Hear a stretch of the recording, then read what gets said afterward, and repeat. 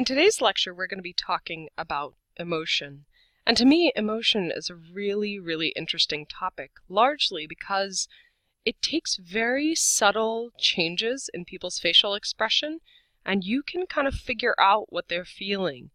To me, that's pretty incredible that the human brain has evolved a way to pick up the subtlest, most, imperceptible expressions on people's faces. So you can tell when somebody's annoyed and their facial expression just changes very, very slightly. And it's incredible to me that we as human beings are able to do that. So Paul Ekman is a psychologist who was interested in studying facial features, and he identified 7 universal facial features that could be identified across cultures. And these are expressions of happiness, fear, contempt, disgust, surprise, sadness, and anger. They're all demonstrated here. Can you figure out which one goes with which emotion? What's even more incredible is that facial expressions, so those subtle changes that I mentioned to you earlier of facial expressions that you can pick up certain emotions from, are actually called micro expressions. These are facial expressions that are barely perceptible, but they are associated with a particular emotion. So Paul Ekman looked at facial expressions of psychiatric patients that were being interviewed who had lied during a clinical interview to hide their attempts of suicide. And in studying the videos of their facial features, he noticed that they had facial micro expressions, is what he called them, which are barely perceptible facial expressions, fragments associated with deception and lying. In fact, when Paul Ekman analyzed Alex Rodriguez's interview with Katie Couric in 2007, when he denied using performance-enhancing drugs, even though he later recounted that he had used them, Paul Ekman was able to identify micro-expressions of slips in his facial features that gave away that Alex Rodriguez was actually being deceptive. So there are strong relationships between emotional responses and facial expressions, even in non-human primates, and we'll talk about those later in the lecture. But if I were to ask you to identify what an emotion was, you could easily do that in the first slide of this lecture. But if I asked you to define what emotion is, it's really hard to do so. Everyone knows what emotion is until they're asked to define it. What you can think of emotion, and the word emotion literally means to stir up in Greek, you can think of emotion as the affective aspect of consciousness. Affect referring to emotion, and emotion is the affective aspect of consciousness. So emotion is an incredibly important behavioral category, but we need to make a distinction between what we'll call emotional expression and emotional experience. Emotional expression are those outward signs of emotion that can be perceived by others, so emotional behavior. This plays a huge role in interpersonal interaction, right? So as I mentioned, you can detect slight subtle changes in people's facial features to determine what their emotions are. This is their emotional expression. This is in contrast to the emotional experience, which is the inward aspect of emotion that we often describe as feelings, and it's one of the primary motivators of human behavior. How we feel often dictates how we will act in a given situation. There are components of emotional expression, components that kind of control emotional expression. So there's an emotional response, which has 3 components. There's a somatic, autonomic, and humoral components of the emotional response.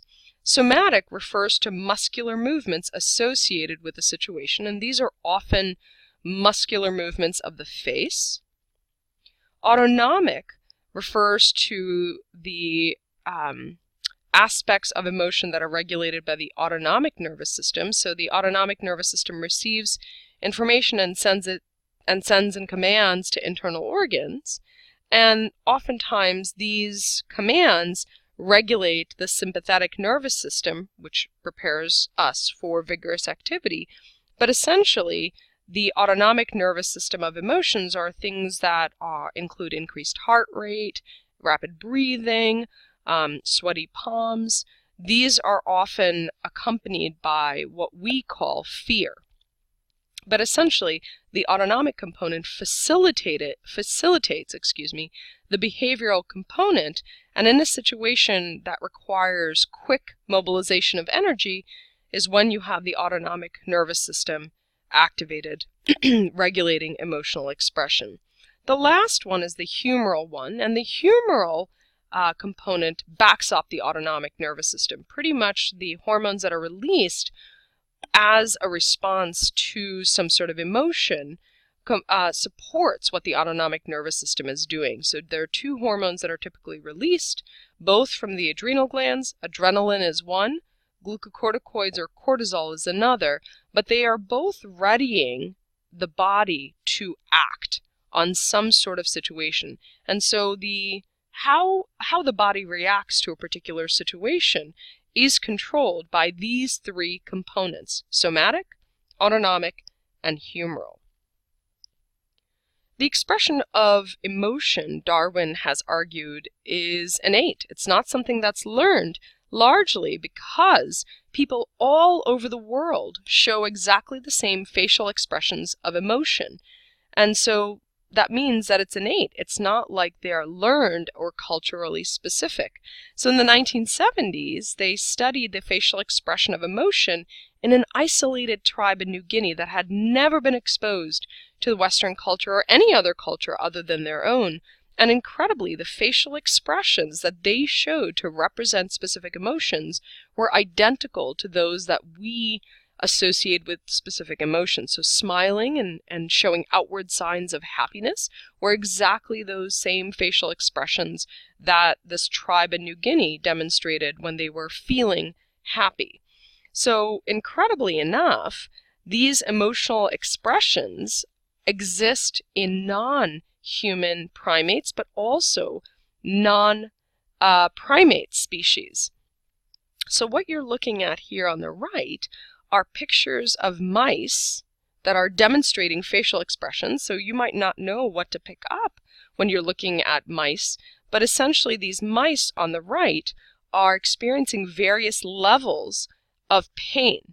So pain's not present, they're experiencing moderate levels of pain or severe levels of pain. And you can see that they demonstrate, eyes are closing, the orbital region is tightening, which is also similar to what we experience or we demonstrate when we experience pain. We also show the orbital tightening. And so mice, because they have other things like larger ears or whiskers, they demonstrate facial expressions that are slightly different than humans. But the idea is that mice too demonstrate emotions through facial expression. So now we're going to transition to talk about the different theories out there that exist for the emotional experience. So when we think of kind of what is common sense, if we perceive a bear, right, we're out hiking in the woods and we perceive a bear, we start to feel fear and we have a physiological reaction. Our heart starts racing, we start to get sweaty, our pupils dilate, and we're ready to act. So in this instance, emotional experience, it's thought, causes emotional expression. I cry because I'm sad. But there are theories out there that don't necessarily agree with this particular perspective. The first one we're going to tackle is the James Lange theory. What the James Lange theory says is emotional feelings are based on what we find ourselves doing, and the sensory feedback from whatever it is we're doing from the muscles and organs are translated into the emotional experience.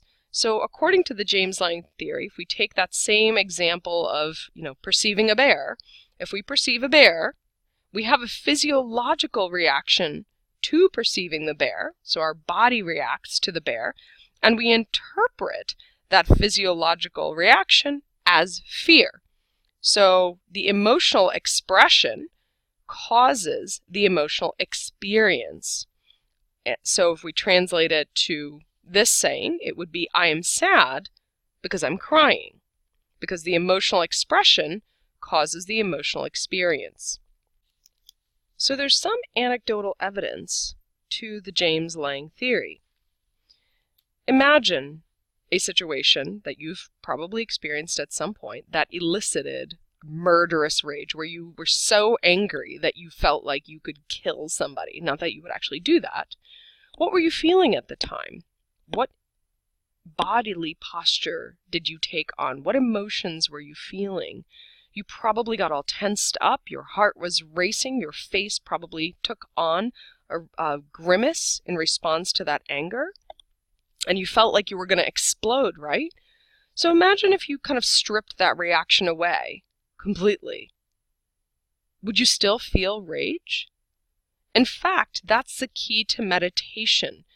Meditation encourages changing the body's reaction or controlling the body's reaction, and then being able to control your emotional reaction. So does this mean that emotion can't be felt in the absence of physiological signs? In other words, do we need the body to react in order for us to feel a particular emotion? Have you ever felt happier because you forced yourself to smile? I'll let you decide. The second theory of emotional experience is the Cannon-Bard theory. In this particular theory, they say that emotional stimuli have two independent and simultaneous effects. So we perceive a bear, and at the same time, not only do we have a physiological reaction, but we feel fearful, right? So they're simultaneous in response to seeing the bear.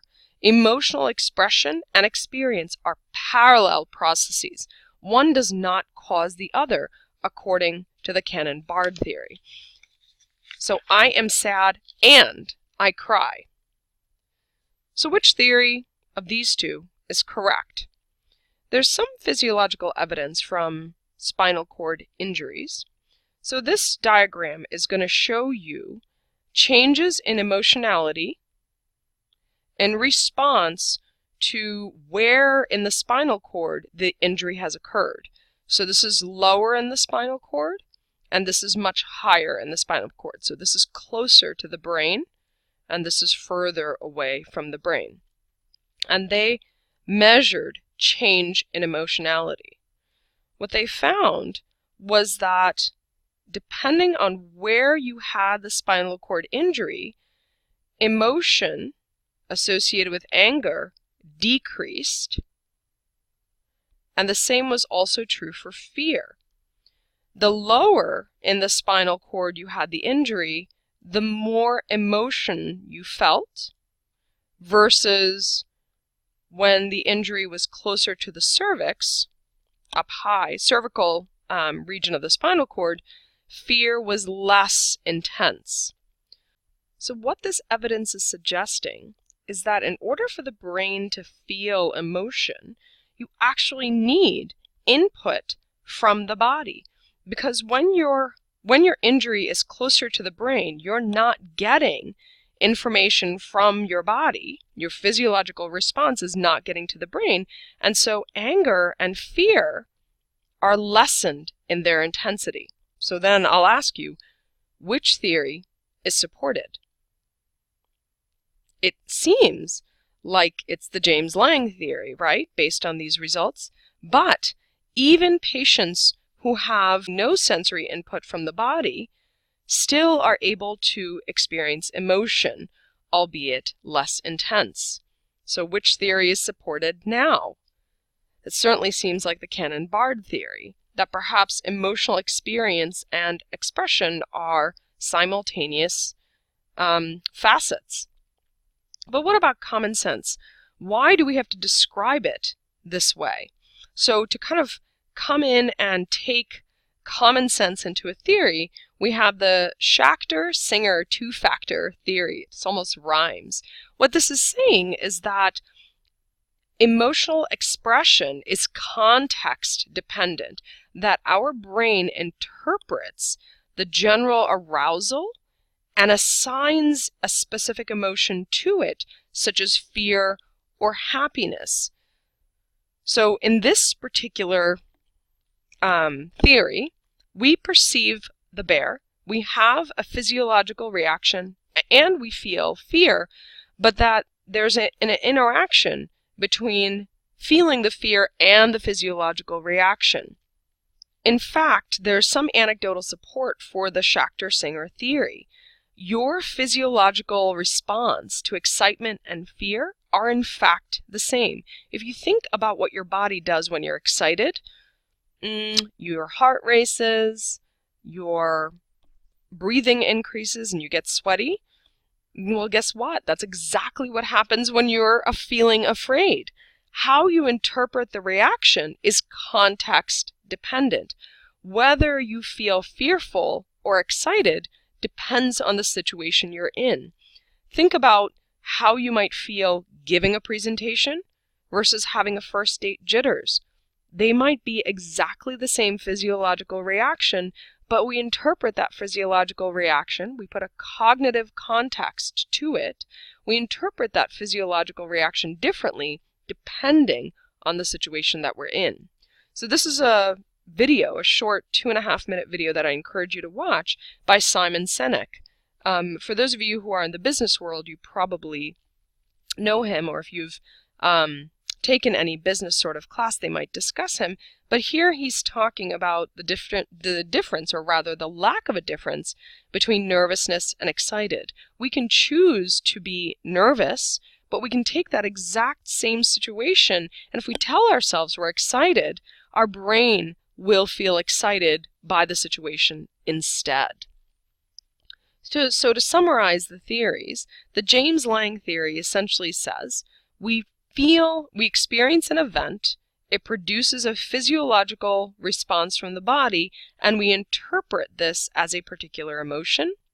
The Cannon-Bard theory says that arousal, the physiological response, and the emotional expression or the emotional experience are one and the same. They happen in parallel in response to the event. And the Schachter-Singer theory says that we have an event occur, we have a physiological response, and we add cognitive labels to that body's response as a particular emotion. How we interpret our body's reaction dictates the emotion that we feel. So we're going to transition to talk about what in the brain is helping us to interpret emotion, or things like the body's physiological reaction. So James Papez in the 1930s devised what was called the Papez circuit. It was prior to the term limbic system. So James Papez noted, right, through all sorts of dissection of the nervous system, he had spent hours dissecting the human brain, as well as reading up on tons of other dissections from other neuroanatomists. He noticed that sensory information from the environment is processed through the thalamus. You guys should know this. We did this for the sensory system for vision, as well as touch and hearing. Then the thalamus directs this information to sensory areas of the cortex, as well as emotional centers, what we now call the limbic structures. And this is the circuit that he proposed. The thalamus sends it to an area called the cingulate cortex, which then sends information to the hippocampus, and then through the fornix, which is a white matter tract, the hippocampus communicates this information with the mammillary bodies which are found in the hypothalamus. This allows, because we have the cingulate cortex involved, this allows for cortical control of emotional processing, right? We talked about the Schachter-Singer theory, which interprets the context and assigns an emotion based on the situation that we're in. And this circuit supports that way of thinking. He also proposed that the thalamus has a direct pathway to the mammillary bodies, which is the hypothalamus. Then in the 1970s, Paul MacLean noticed that there were other structures that the Papez circuit did not take into account. So he proposed that emotions were actually controlled by what he termed the limbic system. He noted that in the Culver-Bucy syndrome, which is a syndrome that's induced when the temporal lobes are completely destroyed or lesioned, what happens in animals whose temporal lobes are completely destroyed, they demonstrate increased exploratory behavior, reduced fear as well as aggression, among other symptoms. In fact, one of the symptoms that they demonstrate is hypersexuality. So here is a cat who's demonstrating Culver-Bucy syndrome, and his drive, his hypersexuality is so intense that he's literally mounting everything that he can. A dog, a chicken, a monkey, as well as another cat. So this only happens when the temporal lobes are completely removed. Turns out the area that was important in this expression of emotion, lack of fear as well as aggression, right? Lack of fear and aggression was an area that was in the temporal lobe, and that was the amygdala. So Paul MacLean proposed that there were other structures that the Papez circuit did not take into account that he included in the limbic system. So here is the limbic system. It's a network of structures that radiate from the thalamus. So here's the thalamus in red, and you can see that the surrounding areas include some of the structures that Papez had included in his circuit, such as the mammillary bodies, the cingulate cortex, the fornix, but they also include other structures like the nucleus accumbens and the septum. So in addition to those structures that were found in the Papez circuit, there's a lot more emphasis that's placed for the roles of the amygdala as well as the hypothalamus and the prefrontal cortex in regulating emotional experiences compared with other brain regions.